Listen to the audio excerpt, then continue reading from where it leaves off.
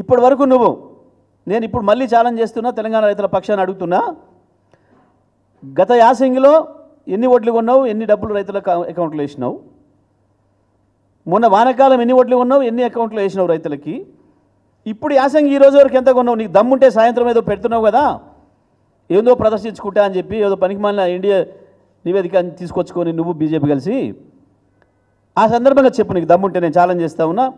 దయచేసి మీడియా మిత్రులకు కూడా విజ్ఞప్తి చేస్తున్నా, ఆయన పెట్టే పత్రికా విలేకరుల సమావేశంలో ఎవరైనా ఒక్కరు అడగండి ధైర్యం చేసి, ఈ రోజు వరకు ఎంత ధాన్యం కొన్నాడు, దమ్ముంటే లెక్క చెప్పమనండి. నిజంగా రండ కాకపోతే